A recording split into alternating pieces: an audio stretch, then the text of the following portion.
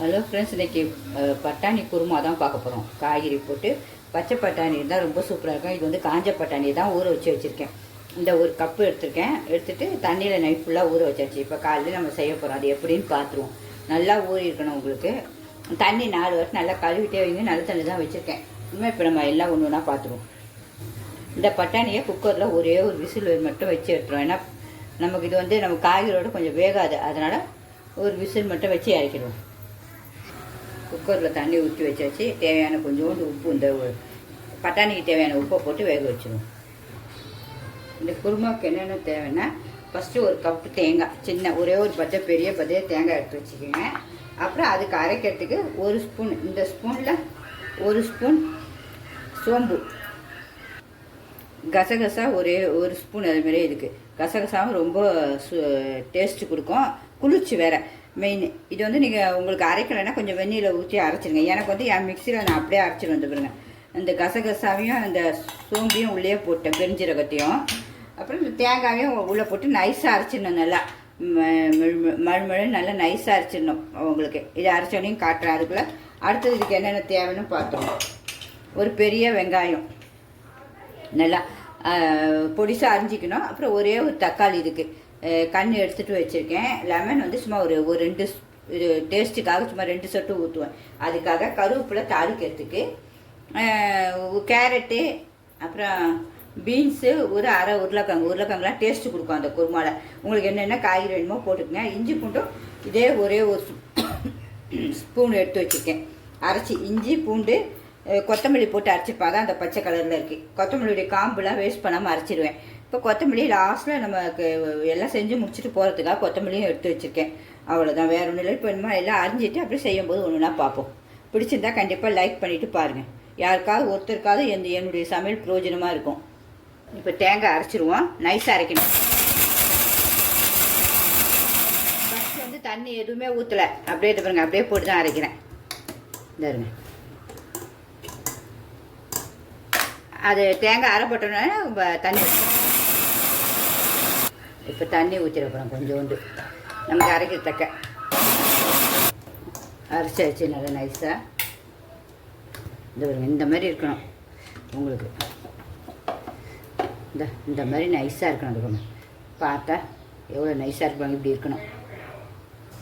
எல்லாத்தையும் அந்த மீதி உருளைக்கிழங்கு, வெங்காயம், தக்காளி, பீன்ஸ் எல்லாம் அரிஞ்சாச்சு. இப்போ வெங்காயத்தையும் நல்லா இப்படி பொடிசாக அரிஞ்சிடணும். இந்த நைஸுக்கு அரிஞ்சிருங்க எல்லாத்தையும். மிஷினில் போனாலும் போட்டுருங்க. இந்த காய்கறி கட் பண்ணுற மிஷின். நான் ஒன்று அதை எடுக்கலை, நிறையானா அதை எடுத்துருப்பேன். இப்படி மொத்தத்தையும் அரிஞ்சிடும். எல்லா வெங்காயமும் பொடிசாக அரிஞ்சாச்சு. இனிமேல் அடுத்தது ஒன்று ஒன்றா வதக்கிடும். உங்களுக்கு என்னுடைய சமையல் கண்டிப்பாக பிடிச்சிருந்தா சிம்பா நியூ சேனலுக்கு சப்ஸ்கிரைப் பண்ணிவிட்டு பாருங்கள் ஃப்ரெண்ட்ஸ். எல்லாமே நம்ம அரிஞ்சு வச்சுட்டோம். இனிமேல் ஈஸியாக இருக்கும் வதக்கிறதுக்கு. நம்ம ஒரு குக்கர் வச்சாச்சு. இனிமேல் எண்ணெய் நம்ம ஊற்றிக்கலாம். உங்களுக்கு தேவையான அளவு வதக்கிறதுக்கு நல்லா ஒரு குழிக்கரண்டி ஊற்றிக்கோங்க.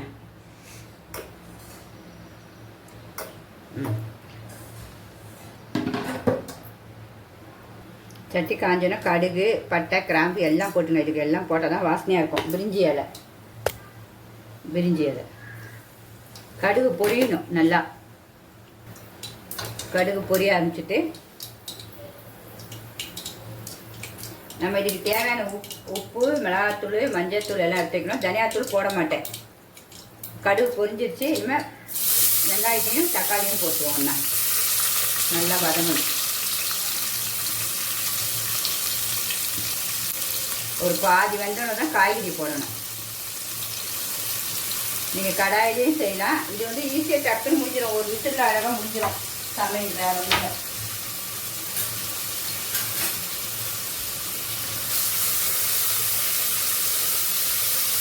உப்பு போட்டு வதக்கணும் சுவைக்கு. இது சப்பாத்தி, பூரி, எல்லாத்துக்குமே சூப்பராக இருக்கும். இது இட்லி, தோசை எல்லாத்துக்குமே சூப்பராக இருக்கும் இந்த குருமா. இனிமேல் நல்லா கிண்டிட்டு கொஞ்சம் மூடி வச்சுருவோம் வதங்கத்தை. அதுக்குள்ளே மிளகாத்தூள்லாம் எடுத்து வச்சிடும். மிளகாத்தூள் நல்லா 1.5 ஸ்பூன் போடுறேன் காரத்துக்கு. மஞ்சள் கிருமி நாசி பார்த்திங்கன்னா சும்மா கொஞ்சோண்டு, இவ்வளோ தான்.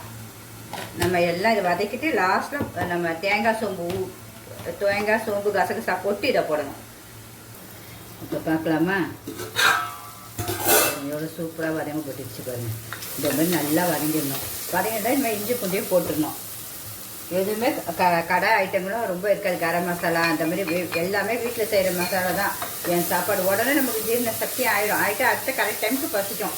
நம்ம எல்லா வீட்டுடைய ஹெல்த்தான பொருட்கள் தான் மெயின் என்னுடைய சமையலை பாருங்கள். எல்லாருடைய லிங்க்கையும் பாருங்கள், சூப்பராக இருக்கும். இப்போ கருவேப்பிலை, கேரட்டு, உருளைக்கிழங்கு, பீன்ஸ் எல்லாம் போட்டுருவோம்.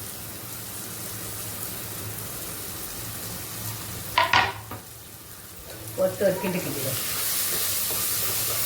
கொஞ்ச நேரம் கொஞ்சம் வதங்கட்டுல காய்கறி 2 நிமிஷம். லெமனையும் ஊற்றிடுவோம்.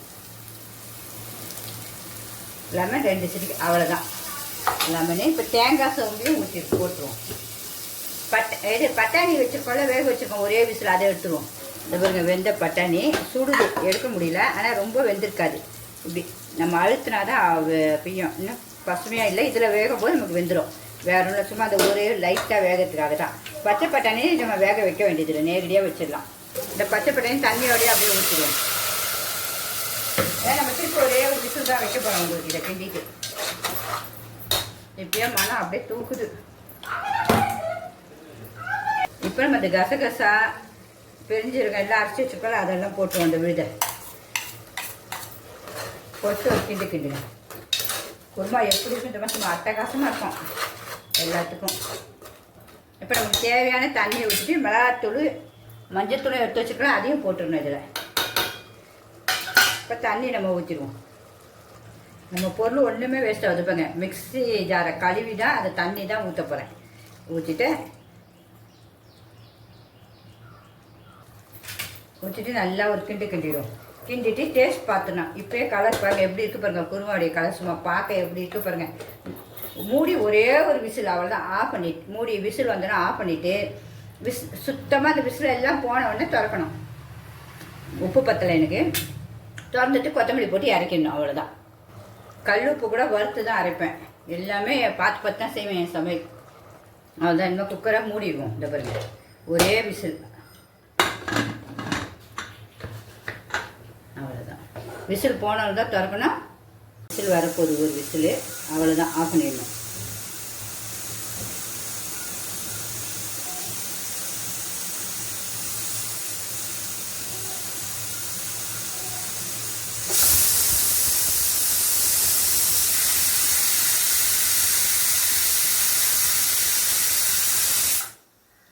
ஆஃப் பண்ணிவிட்டேன். ஸ்டவ்வு வாசனையும் வந்துடுச்சு.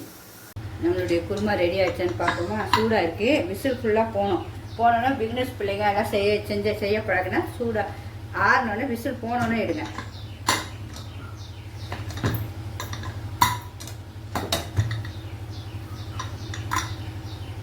சுடுது. நம்ம குருமா எவ்வளோ சூப்பராக ரெடி ஆகிடுச்சு பாருங்க. பார்க்க அழகாக இல்லை நம்ம குருமா எவ்வளோ சூப்பராக ரெடி ஆகிடுச்சு பாருங்க. எப்படி இருக்குது பாருங்கள். சும்மா பரோட்டாக்கெலாம் இது சும்மா சூப்பராக இருக்கும். உங்களுக்கு பார்க்க இது பாருங்க எவ்வளோ அழகாக இருக்குது. நல்லா வெந்திருக்கும் எல்லாமே பசுமையாக. உங்களுக்கு கட் பண்ணி காட்டுறோம் பாருங்கள். இந்த பாருங்க எல்லாமே நல்லா சூப்பராக இருக்குது. கை வச்சுன்னு வெந்திருக்கு பாருங்கள், ரெண்டாக உடையுது. இனிமேல் நம்ம டேஸ்ட் பார்த்துருவோமா? நம்மளுடைய குருமா ரெடி ஆகிடுச்சு. எவ்வளோ கொத்தமல்லி வேணுமோ அவ்வளோ போட்டுருங்க. ஏன்னா இப்போ நோய் எதிர்ப்பு சக்தி ரொம்ப டேஸ்ட்டும் சுவையும் சூப்பராக இருக்கும். பார்க்கவே எவ்வளோ அழகாக இருப்பாருங்க என்னுடைய குருமா. நம்ம சுவையும் கண்டிப்பாக பார்க்கணும். அதுக்கு முன்னாடி நம்ம சமையல் பண்ணிட்டு இருக்கும்போதே மேலே போய் பார்த்தா பூக்கள் எக்கச்சக்கம் பூத்துச்சு. சரி, கார்டனில் வந்து ரோஸும் பட்டன் ரோஸும் மீதி எல்லாம் ஜாதி பிச்சு பூ பறிச்சுட்டேன் நேற்று. சரி, 2 மட்டும் இருந்துச்சு அந்த ஒயிட் பிச்சு, அதையும் எடுத்துகிட்டு வந்தேன். எப்படி இருக்குன்னு சொல்லுங்கள் என்னுடைய கார்டன்.